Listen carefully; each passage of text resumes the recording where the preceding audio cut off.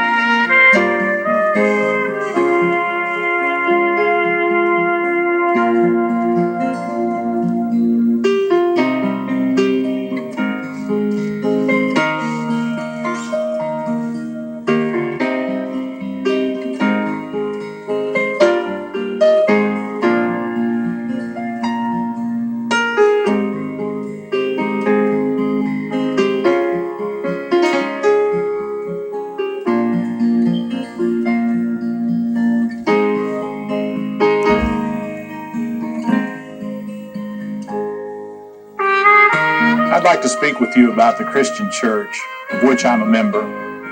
Perhaps you've met someone who, when asked what church he belonged to, replied, Christian. But when asked, but what denomination? Said, no denomination, just Christian. There's a growing group of people in this world today who prefer to call themselves Christians only. We're going to examine this movement, find out why there are, in the world of this century, people who want to simply be known as followers of Christ, or disciples, or Christians, members of the Christian church, or the Church of Christ. Of course, there's no better place to begin this story than right here in Jerusalem, for it is here that Jesus established his church. It's rewarding to stand in the streets of Jerusalem and sense the history of scenes which look much the same now as it did 2,000 years ago when Jesus walked here. The little town of Bethlehem where he was born. The sheep roaming the rocky hills where he played as a boy. The wilderness where he withstood the temptations of Satan. The Jericho road, hot and dusty, which often he traveled. The village of Cana, where he performed his first miracle. Cool Galilee near his home, on whose shores he preached and fed the multitudes with loaves and fishes, and where he called his first apostles, the fishermen, Peter, Andrew, James, and John. Bethany, home of his friends Mary and Martha and Lazarus. The Mount of Olives, where he wept over Jerusalem. Gethsemane, where he prayed alone. Golgotha, the place of the skull, where he was crucified. The garden tomb, where he rose from the dead. All these remind us of the reality of Jesus Christ, by whose name we are called. From Jerusalem, he commissioned his apostles to go and make disciples, baptizing them, teaching them to observe all that I have commanded you. Matthew 28:19 and 20.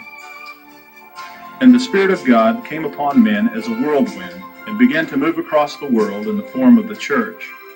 Paul, who once had persecuted the church, obeyed the gospel and carried its message to other places. To Damascus, where facing danger from those who now would persecute him, he made his escape through a barricaded window in the wall of the fortified city.